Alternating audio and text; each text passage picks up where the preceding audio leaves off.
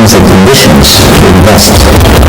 Not only the projects, but the business model that I will follow, whom I'm dealing with, which entities, what kind of concessions, what kind of incentives. So many things have to be clear.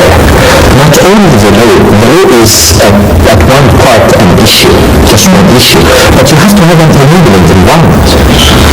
The issue of guarantee, that you have to guarantee my investment, is still an issue.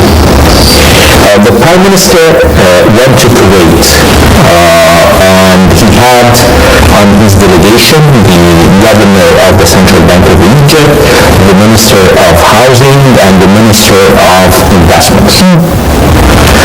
What was the agenda?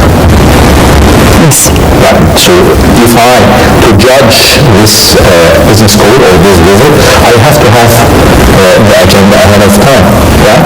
And then to judge the situation. Definitely it was economic kind of business code, because you're having the Central Bank of Egypt with you, you have the Minister of Investments, so you are sending a clear message to the Kuwaiti people that Egypt is prepared to attract inward investment.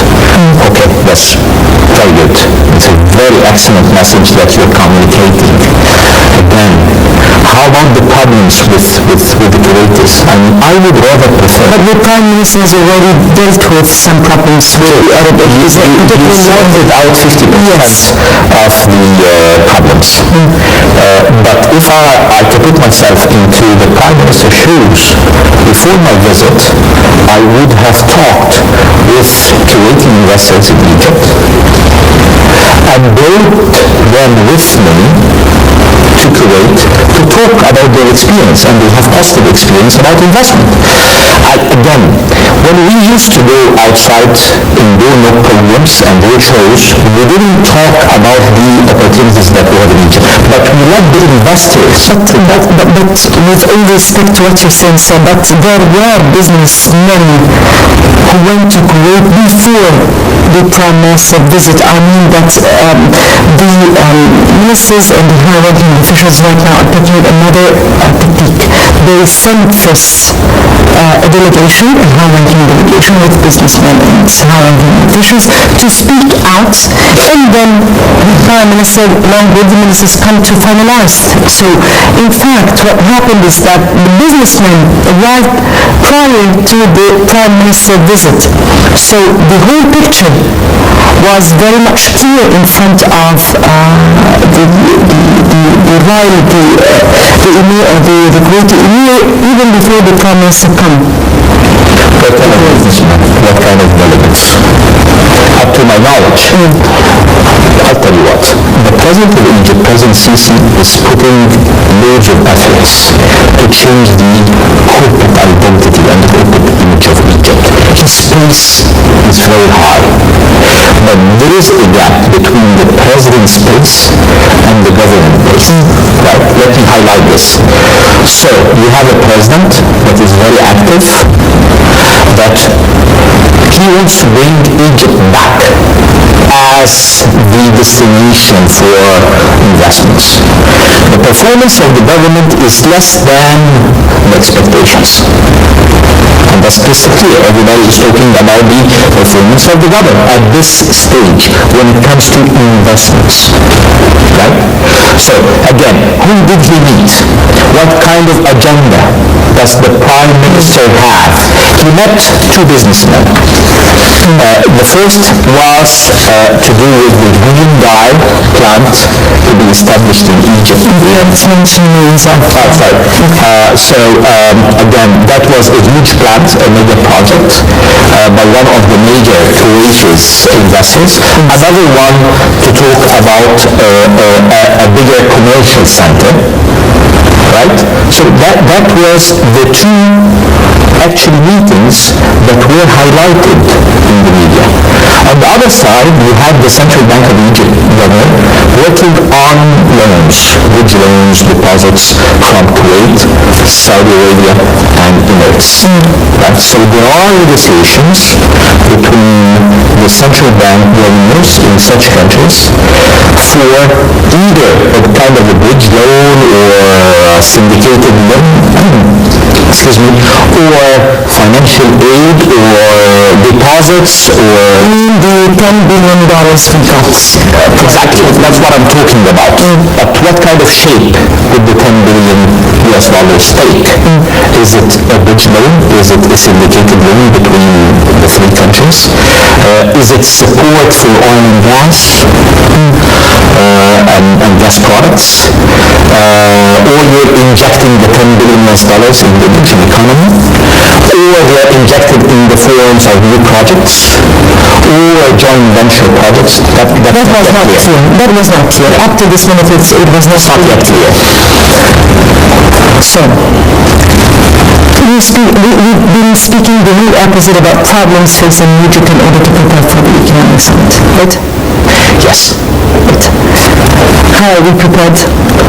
We are on track in terms of preparation. I'm not worried about the presence. You can have like 2,000, 3,000 people. No, we are worried about the outcome. What could come outcome does not come straight after the summit or after the conference, unless you have preparation in these ahead of the conference. So you go to the conference, you shake hands, and we're done. Right? If you have something in the pipeline. But from what I see, we don't have projects ready to be signed on the 12th and 13th of March.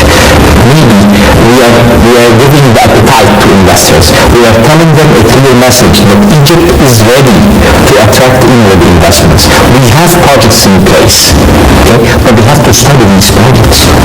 We will not sign.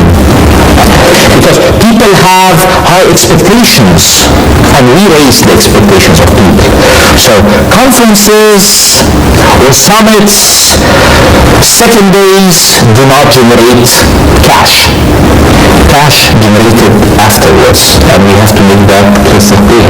It will take some time after the conference to sign deals and contracts. You are offering 20 mega projects or even more. Investment banks are working on that. Consultancy firms are working on that. But they still need data. Not all the data are available. If I talk about the Ministry of Tourism, I've done my part. I've given all the data required, and they're working on the pre-feasibility study. I mean the investment banks and the consultancy firms. But it will take more time to sell the projects. It's not easy to sell, by the way, a foreign direct investment opportunity, because others are selling such opportunities with more concessions, with more incentives. So again, I believe Egypt is very lucrative to foreign direct investment. We made it before. We attracted a good chunk of foreign direct investment before. We have to bring trust to Egypt as a destination for inward investments. I'm pretty sure we can do great. The President is putting great efforts to position Egypt as a stable country, as a destination for foreign direct investment.